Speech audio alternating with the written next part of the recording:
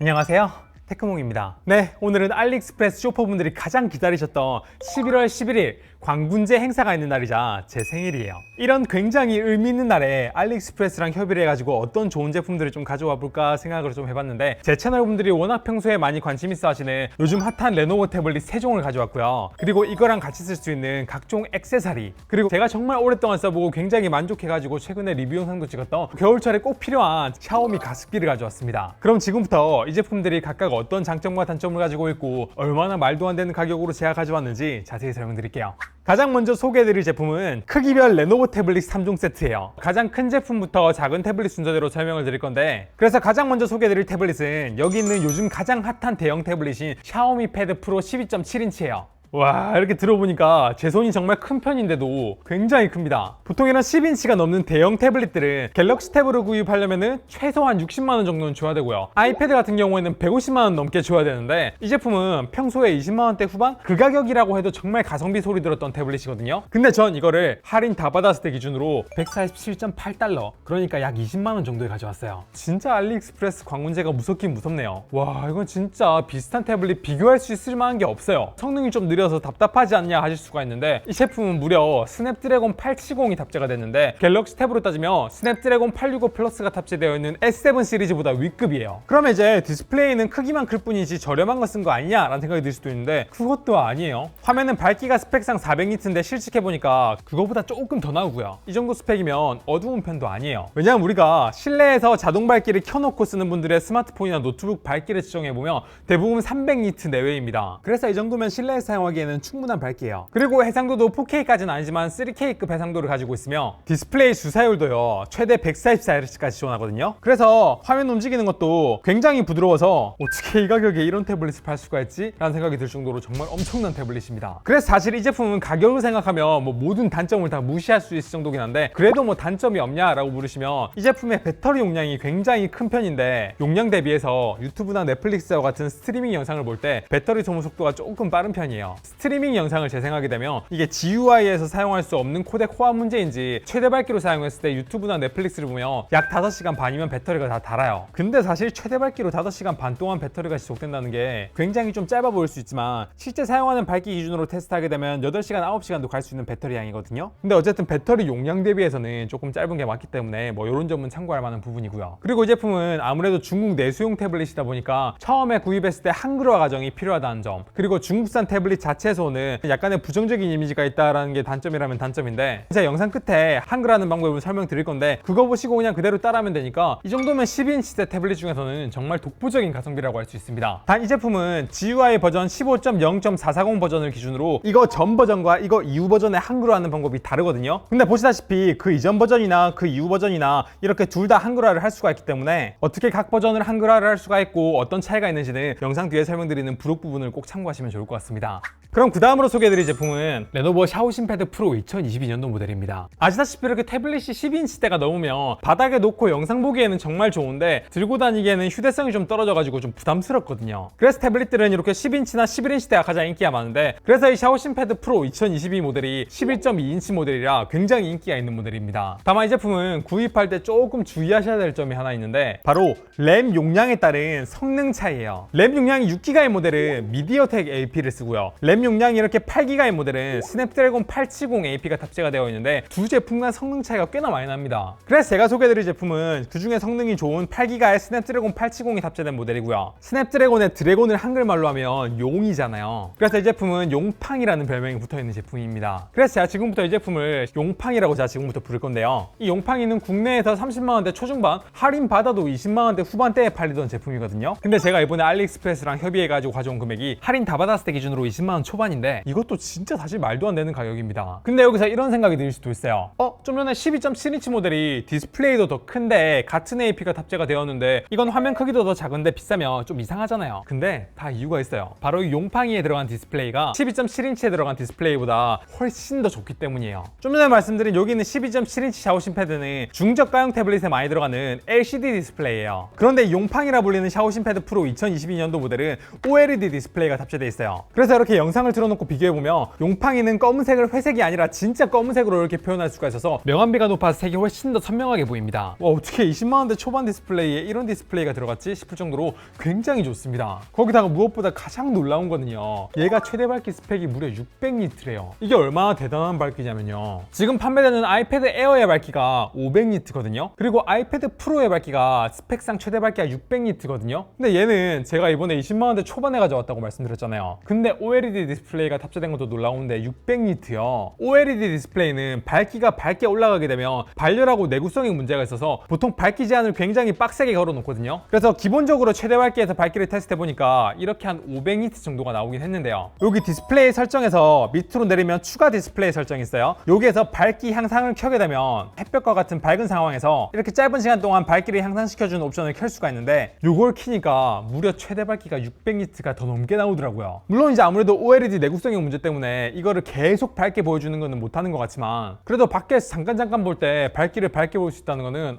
굉장히 좋은 겁니다. 근데 다만 이 제품에 대한 정보를 미리 좀 찾아보신 분들은 얘에 탑재된 OLED 패널 안 좋은 거 아니야? 저거 화면이 녹색으로 보인다고 막 녹팡이라는 소문도 자자하던데? 라고 생각할 수도 있습니다. 근데 저도 사실 이 제품을 좀 처음 봤을 때 그런 선입견을 좀 갖고 디스플레이를 되게 좀 깐깐하게 봤거든요. 근데 결론부터 말씀드릴게요. 전 얘 디스플레이가 전혀 문제될 게 없는 수준이라고 생각해요. 지금 보시다시피 화면에 막 초록색 기운이 돌거나 그런 거 별로 안 보이고요. 그리고 이걸 이렇게 틀어서 봐도 그런 부분이 심하게 안 보입니다. 그래서 이 제품이 약간 녹조 느낌이 많이 난다고 요즘 좀 소문이 나 있는데, 사실 예전에 녹조로 정말 유명했던 태블릿이 하나가 있죠. OLED 디스플레이가 탑재되어 있는 갤럭시 탭 S7 플러스입니다. 그땐 저도 이렇게 영상에서 말씀드렸는데 좀 정말 심했어요. 근데 이 제품도 120Hz까지 지원을 하는데, 지금 카메라로 봐도 그렇고 실제로도 그렇고 그렇게 녹색이 거슬릴 정도로 많이 띄는 현상은 없습니다. 그래서 어떻게든 녹색을 찾아보려고 이렇게 어두운 곳에서 시야각을 옆으로 끝까지 트니까 녹색이 이렇게 살짝 보이긴 하던데, 저렇게 시야각을 틀면 어떤 태블릿이든 색감이 좀 어긋나긴 해요. 그래서 갤럭시 탭처럼 어두운 곳에서 밝기를 이렇게 천천히 내려봤는데 문제가 될 만한 현상은 발견되지 않았어요. 와, 어떻게 20만원대 태블릿에서 이런 품질이 나올 수가 있지? 라는 말이 나올 정도로 굉장히 디스플레이 품질이 좋아요. 다만 제가 이 영상에서 OLED 디스플레이 제조 공정에 대해서 한번 자세히 설명드린 적이 있는데, OLED 디스플레이는 디스플레이를 만드는 과정에서 불량률이 조금 높은 편이고, 제품을 막 100개, 1000개, 10,000개를 만들면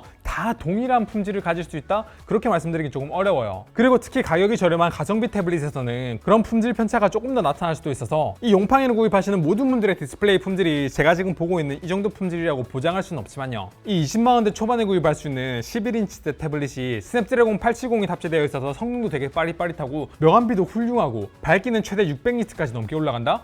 이건 진짜 말도 안 되는 가성비입니다. 자, 그럼 지금까지 영상 머신으로 사용하기 좋은 대형 태블릿이랑 가장 시장에서 인기 있는 11인치대 태블릿 소개해드렸으니까, 그럼 마지막으로 소개해드릴 태블릿은 게임하시는 분들이 가장 선호하시는 8인치대 태블릿 레노버 Y700 2세대 차례네요. Y700 2세대는 1세대보다 성능이 훨씬 좋아지고 훨씬 가벼워졌는데도 발열은 오히려 더 줄고요. 3.5mm 이어폰 단자는 없어졌지만 대신 C타입 포트가 하나 늘어서 사용성이 훨씬 좋아진 제품이에요. 그래서 제가 이거 가져온 가격이 얼마냐고요? 보통 40만원대 초중반대에 구입할 수 있는 제품이었는데 알리랑 협의를 해가지고 최저가 약 30만원대 초반에 가져왔어요. 와, 이것도 진짜 말도 안 되는 가격이죠. 이게 왜 말도 안 되냐면요, 얘는 성능만 놓고 봤을 때 최신 AP는 아니긴 하지만 실제 게임을 돌리거나 해서 비교해보면 발열 관리가 워낙 잘 되다 보니까 최근에 출시된 갤럭시 S23보다 성능을 더 뛰어넘기도 한 제품이거든요. 와, 진짜 태블릿 있으셔도 서브 태블릿으로 드리기 진짜 좋은 제품인 것 같습니다. 그리고 물론 이 제품은 제품 자체로도 충분히 가치가 있긴 하지만 제가 이걸 좀 써보니까 관련 액세서리를 같이 사용하게 되면 훨씬 더 만족도가 높더라고요. 그래서 제가 이번에 알리익스프레스랑 협의해가지고 좀 저렴한 가격으로 가져온 액세서리도 같이 소개해드릴게요. 바로 필기용 펜이랑 게임패드입니다. 가장 먼저 소개해드릴 거는 역시 게임패드고요. 이 제품의 명칭은 게임서 X2 프로입니다. 이 게임패드는 기본적으로 스마트폰용으로 만들어졌기 때문에 이런 스마트폰보다는 좀 큰 편인 이런 8.8인치의 태블릿은 이게 바로 거치를 할 수가 없거든요. 근데 이 영상 끝에 제가 말씀드리는 방법으로 약간의 개조만 해주시면 이렇게 Y700 2세대도 괄호로 거치할 수가 있어요. 그래서 이런 게임패드들을 정식으로 지원하는 게임들은 당연히 이 게임패드로 재밌게 할 수 있고요. 그리고 게임패드를 지원하지 않는 일부 게임들도 내가 원하는 대로 게임패드 버튼을 디스플레이 원하는 좌표로 이렇게 터치값을 매핑할 수가 있는데, 그러면 이렇게 원친을 포함한 각종 게임에서 이렇게 다 게임패드로 게임을 할 수가 있습니다. 그리고 더 중요한 건요, 이게 또 엑스박스 호환 패드라서 엑스박스 게임 패스를 이용하시면 이렇게 피해 거짓이라든지 피파와 같은 게임들을 이 Y700 2세대에서 게임패드로 할 수가 있는 거예요. 와, 저 엑스박스 게임 패스 실제로 해보니까요, 이게 옛날의 엑스박스 게임 패스가 아니에요. 요즘은 괜찮은 게임도 굉장히 많아졌고 반응속도도 이렇게 보시다시피 인터넷 환경만 좋으면 굉장히 빠릿빠릿합니다. 그래서 저는 이 제품을 최저가 약 5만원 정도에 가져왔고요. 이 Y700 2세대를 게임 용도로 구입하시는 분이라면 진짜 이거랑 같이 구입하시면 만족도가 굉장히 높을 거예요. 특히 무슨 게임을 하더라도 게임 패드를 이용하면요, 이게 아무리 발열이 줄었어도 그래도 고성능 게임을 하게 되면 뒤에 발열이 느껴지는데, 게임 패드라면 그런 거 없습니다. 그럼 그 다음으로 소개해드릴 제품은 이 Y700 2세대에 쓸 수 있는 전용 펜이에요. 가격부터 말씀드리자면 2만원대 중반입니다. 굉장히 저렴하죠. 사실 레노버는요, 태블릿 종류도 굉장히 많고 각 태블릿마다 호환되는 펜의 종류가 굉장히 많아서 펜 구입하실 때 굉장히 잘 선택하셔야 되거든요. 그래서 이 Y700 2세대랑 호환되는 펜은요, 바로 모델명 AP500U라고 불리는 바로 이 레노버 탭펜 플러스라고 불리는 이 제품을 구입하셔야 돼요. 디자인 잘 보세요. 이렇게 생겼습니다. 이 제품을 구입하고 박스를 보면요, 이렇게 Y700 2023년도 모델, 그러니까 Y700 2세대 버전이랑 호환이 되고요. 밑에 보면 샤오신 패드 프로 12.7하고도 호환이 된다고 되어 있는데, 이거는 이름은 똑같은데 제가 좀 전에 소개해드린 샤오신 패드 프로 12.7이랑 다른 모델입니다. 얘는 중국 내수용 버전이고요. 이 펜을 쓸 수 있는 버전은 국내에 정식 발매된 미디어텍 AP가 탑재된 샤오신 패드 프로 12.7이에요. 그럼 제가 소개해드린 이 태블릿에서 호환되는 펜은 뭐냐? 그거의 정확한 펜 모델명은요, BTP131인데요. 저 이거 어떻게든 구해보려고 노력 많이 했는데 도저히 저도 그렇고 알리익스프레스도 그렇고 구할 수가 없다고 해가지고 어쩔 수 없이 Y700 2세대랑 호환되는 펜을 이렇게 가져왔어요. 그래서 이 펜에 대해 조금 살펴보면요, 이 제품은 이렇게 USB-C 타입으로 충전해서 사용하는 방식이고요. 최초 사용 시 이렇게 사용할 수 있는 태블릿이랑 페어링하는 과정이 필요합니다. 그럼 이제 가장 중요한 필기감은 어떠냐고요? 예전에 이렇게 제가 영상으로도 올렸던 PCB 같은 다른 중국산 태블릿하고 비교했을 때 Y700 2세대에 쓸 수 있는 이 펜의 필기감은요, 비교도 안 될 정도로 좋습니다. 아니 2만원대 펜에서 느낄 수 있는 펜 성능이 이 정도라고? 라고 느낄 정도예요. 일단 가장 먼저 순정 필기 앱에서 제가 한번 필기를 해볼게요. 사실 저 이거 보고 그렇게 필기감이 썩 마음에 들진 않았는데, 제가 이 영상에서 말씀드린 것처럼 요즘 플렉스리라는 필기 앱이 굉장히 좋아졌잖아요. 지금 제가 Y700 2세대에서 이 펜으로 플렉스리에서 필기를 한번 해봤거든요. 근데 보시다시피 필기감이 굉장히 만족스럽습니다. 물론 이제 이 필기감이 제가 생각보다 되게 괜찮은 편이라고 말씀드리고 있는 거는 생각보다 괜찮다라는 거지, 갤럭시 탭에 있는 S펜이라든지 아이패드에 있는 애플 펜슬이랑 비교하게 되면 확실히 조금 부족하긴 해요. 예전에 제가 이 영상 올린 것처럼 Y700 1세대에 있었던 펜이랑 비교했을 때 그때보다 뭐 조금 나아졌다, 요 정도 입니다. 이걸 메인 필기용으로 추천드리진 않지만 펜 가격이 2만원대다 보니까 이 정도면은 간단한 필기용으로 써보고 싶은 분들한테는 소개해드려도 괜찮겠다라는 생각이 들어서 이렇게 한번 가져와 봤어요. 그럼 이제 마지막인데요, 마지막으로 소개해드릴 제품은 며칠 전 제가 이렇게 영상 올렸던 샤오미 스마트미 가습기 3세대입니다. 지난 영상에서 제가 소개해드린 것처럼 전 이 샤오미 스마트미 가습기 2세대를 1년 넘게 굉장히 만족스럽게 사용해 왔는데, 이게 한 달 전쯤에 가습량이 훨씬 더 늘어나고 물통과 집수통이 따로 분리되어 있어서 훨씬 더 청결한 물로 가습을 할 수 있는 3세대가 나왔거든요. 그래서 제가 그 영상에서 기능을 굉장히 상세하게 분석해드렸는데, 이 정도면 전 가격이 굉장히 많이 오를 줄 알았거든요. 근데 제가 알리익스프레스랑 협의해서 들고 온 가격이 약 8만원이에요. 와, 이게 지난 제 영상 보시고 오신 분들이 아시겠지만 이렇게 많이 업그레이드가 되었는데 샤오미 가습기 2세대랑 동일한 가격으로 구할 수 있다는 거는 굉장히 큰 장점이죠. 특히 아시다시피 가습기는 큰 집에 하나만 놓고 사용하는 게 아니라 방마다 놓고 사용해야 제대로 가습이 되는 제품이다 보니까 요즘 날도 추워지고 해서 가습기 구입을 검토하시는 분들이 많아진 것 같은데, 제품에 대해 좀 더 자세히 알고 싶으시면 지난 제 영상 참고하시면 선택에 좀 도움이 되실 겁니다.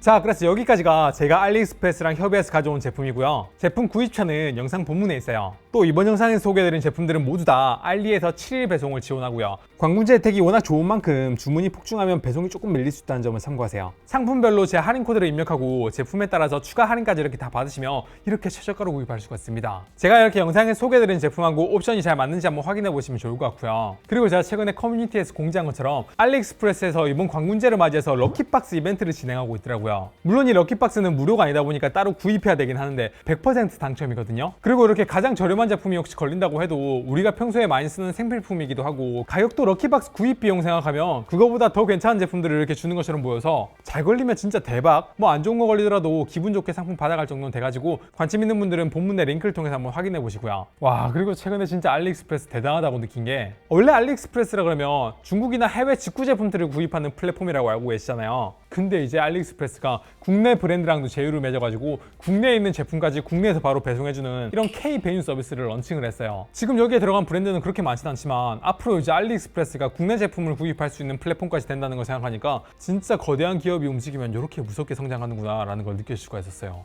자, 그럼 여기까지가 제가 이번 영상에서 여러분들께 소개해드리고 싶은 제품 자체에 대한 정보고요. 그럼 지금부터는 레노버 제품 사용 시 주의해야 될 점과 한글화를 어떻게 하면 되는지, 그리고 함께 쓸 수 있는 액세서리인 게임패드의 개조 방법이랑 매핑하는 방법까지 부록으로 설명을 이제 뒤에 조금씩 드릴게요. 제품 구입하시는 모든 분들에게 이런 정보가 좀 도움이 됐으면 좋겠습니다. 그럼 이번 영상은 여기까지 하고요. 필요하신 분들은 부록 내용도 꼭 보고 가주세요. 그리고 마지막으로 영상 괜찮았으면 구독, 좋아요 부탁드립니다. 감사합니다. 테크몽이었습니다. 가장 먼저 한글화 세팅부터 알려드릴게요. 일단 부팅하면 가장 먼저 언어 설정을 영어로 맞춰놓은 다음에 그 다음에 와이파이에 연결하고 나머지 설정들은 내가 개인정보를 레노버에 넘기는 것만 해제하고 이렇게 빠르게 진행하시면 돼요. 레노버 로그인이나 데이터 복원, 잠금화면 설정은 지금 꼭 안 해도 되니까 이렇게 빠르게 넘어갈게요. 그럼 먼저 인터넷에 들어가서 간단한 약간의 동의를 한 다음에 이렇게 구글로 접속해서 구글 플레이스토어 APK를 검색합니다. 전 여기서 APK 퓨어 홈페이지에서 이걸 받아볼게요. 그리고 최신 APK 파일을 이렇게 다운로드를 눌러서 받아주시고요. 당연히 받고 나면 이렇게 설치를 해줍니다. 설치가 끝나면 설정에 앱스에 들어간 다음에 오른쪽 위에 있는 점 3개를 눌러서 구글 베이직 서비스를 켜줄게요. 그럼 이제 플레이스토어를 실행시켜서 로그인을 하고 한국어로 세팅을 바꾸기 위해서 Set Edit를 검색한 다음에 이걸 설치해줍니다. 그럼 이제 실행하시면 되는데 이 권한은 굳이 허용할 필요 없으니까 해제해주고요. 그리고 진행했을 때 추가적으로 나오는 문구는 무시합니다. 그럼 여기서 Add New 세팅을 누른 다음에 시스템 언더바 로켈이라고 입력을 하고요. 값은 ko-kr이라고 입력을 해요. 그리고 기기를 재시작하면 이렇게 어느 정도 한글화가 되어 있는 걸 알 수가 있는데요. 여기서 설정에 들어가서 일반 설정에 날짜 및 시간의 시간대를 대한민국으로 바꿔주세요. 그리고 마지막으로 한글 키보드를 사용하기 위해서 플레이스토어에서 네이버 스마트 키보드라든지 구글 지보드를 사용하시면 이제 기본적인 한글화는 끝납니다. 지금 알리익스프레스에서 제 링크를 보고 구입하신 분들은 어떤 분들은 440 버전 이전 버전을 받을 수도 있고 어떤 분들은 440 버전이 업데이트된 걸 받으실 수도 있는데 440 버전 이전 버전으로 받으신 분들은 태블릿 최초 설정할 때 자동 업데이트를 이렇게 꺼주시고 혹시나 모르니까 개발자 옵션에 들어가서 이렇게 자동 시스템 업데이트 기능도 꺼주세요. 만약 여러분이 받은 제품이 440 버전 업데이트가 돼 있거나 아니면 실수로 440 버전까지 업데이트 하신 분들은 지금부터 보시는 내용을 따라 하시면 돼요. 나중에 또 어떻게 바뀔지 모르고 완전한 방법은 아니지만 이 영상 찍고 있는 시점 기준으로는 잘 되는지 확인해봤어요. 일단 먼저 필요한 프로그램을 PC에서 다운을 받아야 돼요. 제가 영상 본문에 링크를 남겨드릴 테니까 이거 받으시고요. 그리고 태블릿에 설치할 APK 파일도 받으셔야 되는데 이것도 영상 본문에 따로 링크 남겨드릴게요. 그럼 그 다음으로는 태블릿 설정에 들어간 다음에 About 태블릿에 들어가서 소프트웨어 버전을 이렇게 연타하시면 개발자 모드를 활성화할 수가 있습니다. 그럼 이제 제너럴 세팅에서 디벨로퍼 옵션스에 들어간 다음에 USB 디버깅스에 체크를 해줍니다. 그럼 이제 PC에 태블릿을 유선으로 연결을 해주고요. PC에서 이렇게 태블릿을 인식하면 태블릿 안에 좀 전에 준비했었던 APK 파일을 넣어줍니다. 그럼 이제 태블릿에서 파일 관리자 앱을 실행시키고 방금 넣었던 APK 파일을 눌러서 설치를 해줍니다. 그럼 이제 다시 PC로 돌아가서 제일 처음에 받았던 압축 파일을 압축을 풀어주고요. 그리고 이 프로그램을 실행시켜줘요.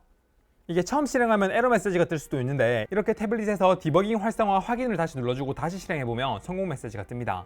그럼 이제 거의 끝났어요. 태블릿에 설치된 언어 세팅 앱을 실행시킨 다음에 검색창에 KO라고 검색을 해서 한국어를 선택하시면 그렇게 기다리셨던 한글을 이제 보실 수가 있습니다. 준비물은 이렇게 작은 나사를 풀 수 있는 드라이버랑 칼만 있으면 되는데 먼저 게임패드 뒤에 있는 별 나사 8개를 풀어주고요. 그리고 앞에 여기 있는 고무 패드를 조금 드러내서 떼어주면 이렇게 4개의 십자 나사가 있는데 이것까지 풀어주고요. 그럼 이렇게 게임패드를 분리시킬 수 있거든요. 그럼 여기서 길이를 더 늘릴 수 없게 만드는 요 걸림턱 2개를 칼로 이렇게 잘라내고 다시 조립하면 이제 게임패드를 이렇게 더 늘릴 수가 있습니다. 그럼 이렇게 Y700 2세대를 꽂고 나서 늘려가지고 고정을 시킬 수 있다는 거예요. 가끔씩 게임패드를 연결했을 때 패드를 인식 못하는 경우가 있습니다. 이럴 땐 다시 꽂아보시거나 당황하지 마시고 충전 케이블을 연결해 주시면 조금만 기다리시면 알림창이 뜨면서 연결이 됩니다. 그럼 이제 선을 뽑아도 이렇게 잘 작동이 돼요. 그러면 이제 게임패드를 지원하지 않는 게임에서 게임패드 사용하는 방법을 알려드릴게요. 먼저 이렇게 구글에서 게임사를 검색한 다음에 소프트웨어 탭을 누르시면요, 아래에 이렇게 안드로이드용 앱을 받을 수가 있습니다. 그러면 최신 버전으로 받아주시고요. 다운받은 앱을 열기를 눌러서 앱을 설치를 하고 이렇게 기본적인 권한들은 다 동의하면서 다음으로 넘어가 볼게요. 그럼 이제 매핑할 게임을 선택해야 되는데 가운데 있는 메뉴를 누른 다음에 원신을 한번 눌러줘 볼게요. 그럼 이제 터치 좌표로 인식하는 V터치를 이용해서 매핑을 하게 되는데 위에서부터 하나씩 눌러주면 됩니다. 먼저 이렇게 다른 앱 위에 실행될 수 있는 권한을 이렇게 허용해주고요. 두 번째 메뉴를 누르려 그러면 이렇게 개발자 권한이 필요하다고 뜨거든요. 그건 이렇게 설정의 휴대전화 정보의 GUI 소프트웨어 버전을 여러 번 누르시면 개발자가 될 수가 있고요. 그럼 다시 게임 세이브로 돌아가서 실행하기를 누른 다음에 이제 USB 디버깅 메뉴와 무선 디버깅을 켜줍니다. 그리고 다시 게임 세이브에서 무선 활성화를 누른 다음에 조금만 밑으로 스크롤을 내리게 되면 이렇게 개발자 옵션이 있거든요. 이걸 누른 다음에 무선 디버깅 옵션을 찾으시고요. 여기서 페어링 코드로 기기 페어링을 누르시면 잠깐만 기다리시면 게임서 팝업이 뜨는데 여기서 페어링 코드를 보이는 그대로 입력을 해줍니다. 그리고 잠깐만 기다리면 페어링이 완료되면서 아까 실행시켰던 원신이 이렇게 실행이 됩니다. 저 같은 경우에는 여기서 캐릭터 이동이나 카메라 이동 같은 경우에는 이렇게 조이스틱으로 잘 되는데 그 외에 나머지들은 매핑된 게 좀 마음에 안 들어요. 그럼 이제 보통 좌측 상단에 있는 게임서 아이콘을 누르시거나 엑스박스 버튼을 누르면 여기서 내가 원하는 방식으로 키 배치를 바꿔줄 수가 있어요. 그리고 엑스박스 버튼을 누르면 이제 키 매핑이 끝나는데 이대로 잘 작동하는지 한번 확인해 보고요. 마음에 드시면 이제 이대로 쓰시면 됩니다. 다만 이제 화면 위에 보이는 매핑 키가 보기 싫으시면 게임서 세팅을 띄운 다음에 모어 옵션에 보면 일반 설정에 들어간 다음에 버튼 투명도를 이렇게 조절할 수가 있거든요. 이걸 최소한으로 낮추면 이렇게 팝업되어 있는 것들이 다 이렇게 안 보이기 때문에 이렇게 하시고 게임을 하시면 됩니다.